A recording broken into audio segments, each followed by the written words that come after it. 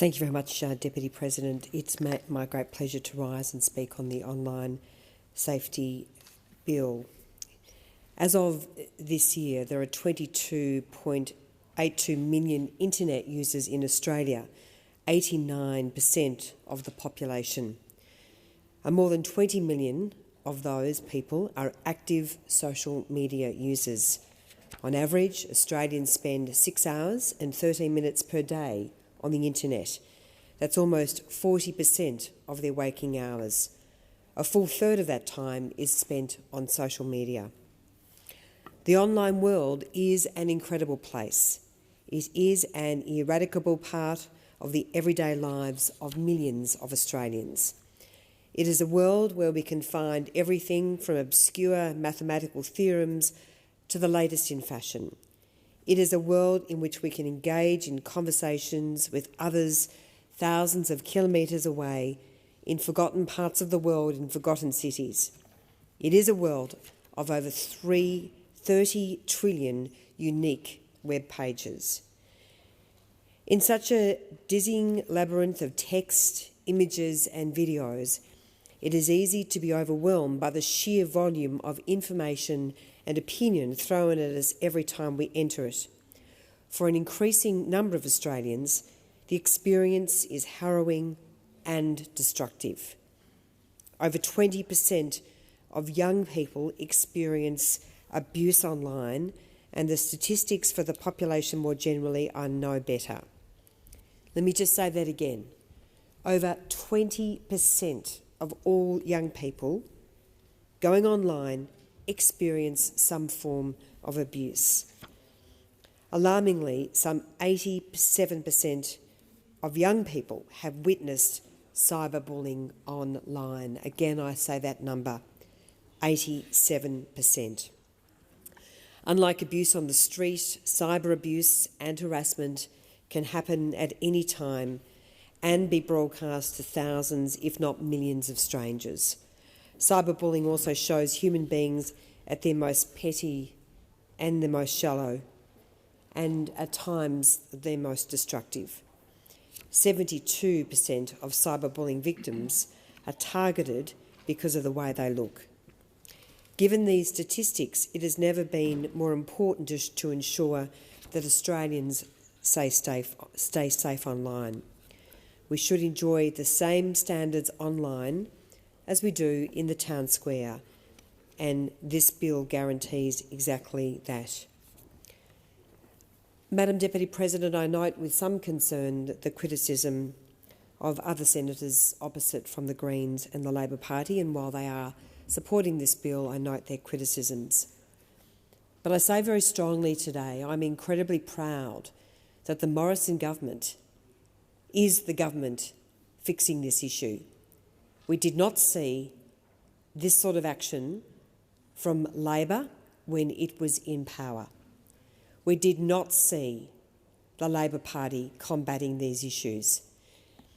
And along with all the other work that we have done to protect women in particular and children, to protect their safety, to combat women, domestic violence, this bill is a very important part of the suite of measures that our government has taken to protect people in our community. The bill establishes a set of basic online safety expectations for industry and includes mandatory transparency reporting requirements, which allows the e-Safety Commissioner to require online services to provide specific information about online harms. These include responses to material depicting abhorrent, violent conduct and volumetric attacks in which organised digital lynch mobs can overwhelm a victim with abuse. The bill also includes a strengthened cyberbullying scheme for Australian children, building on the government's existing scheme for protecting children online. The bill sets out a new cyber abuse scheme to remove serious forms of online abuse from the internet, and very importantly, Madam Deputy President, this is backed up by strong civil penalties.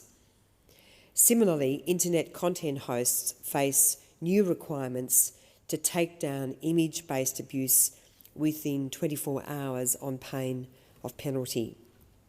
The E-Safety Commissioner's powers, and let me say the E-Safety Commissioner is doing an extraordinary job in our community, an extraordinary job protecting people online and particularly children online.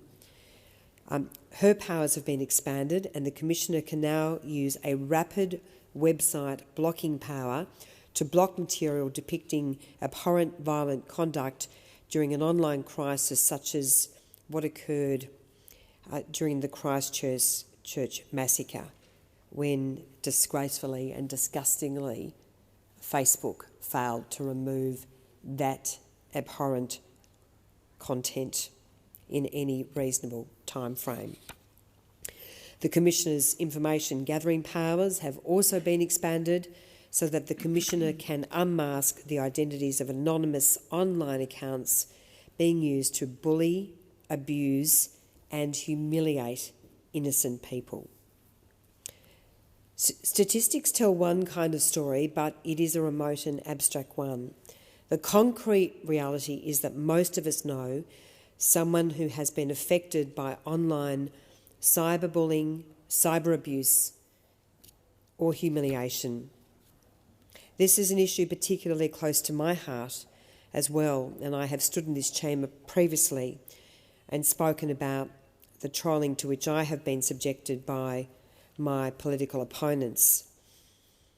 And in my particular experience, which happened over a period of some 4 years, I was subjected to shocking abuse, humiliation, false claims by people running a number of anonymous Twitter accounts, which made some really distressing claims, including attaching my face, my headshot, to the photo of a woman who had the name and has the name Sarah Henderson, a woman from Texas who had been charged and now convicted with killing her 2 children. And so my local political opponents, I can say, on these anonymous Twitter accounts, thought it was okay to compare me with a woman by the same name who had killed her 2 children. How revolting and disgusting is that?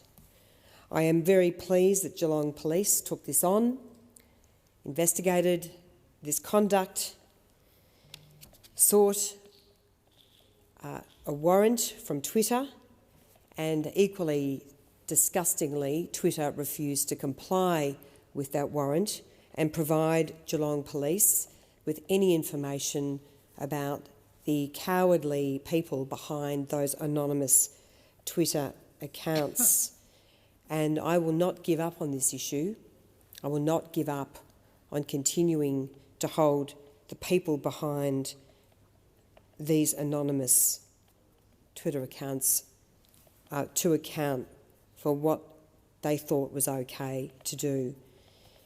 As I say, it was absolutely disgraceful that Twitter refused to comply with a police warrant, despite the head of government relations telling me that Twitter would have no issue in doing so once they had a police warrant or a court order.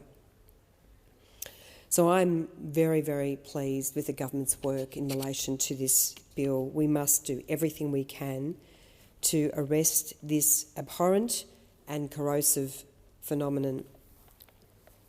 So I'm a very, very proud supporter of this bill. It is both necessary, it is an effective bill, it provides immediate response powers, it holds many people to account for their conduct online, and it obviously supports the government's determination to protect Australians from the tsunami of horrific material which can occur online. And I commend these bills to the Senate. Thank you. Thanks, Senator Henderson. Senator